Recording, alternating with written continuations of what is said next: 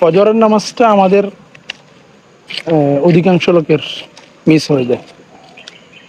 যেমন ধরলে ফজরের নামাজটার প্রতি এত বেশি উদাসীন হয়ে গেছি যে ফজরের নামাজটা যে আমাদের পুরো সকালবেলা একটা আলাদা একটা শক্তি যোগায়, আলাদা একটা স্পৃহা যোগায়, এটা অনেকে ভুলেই গেছে।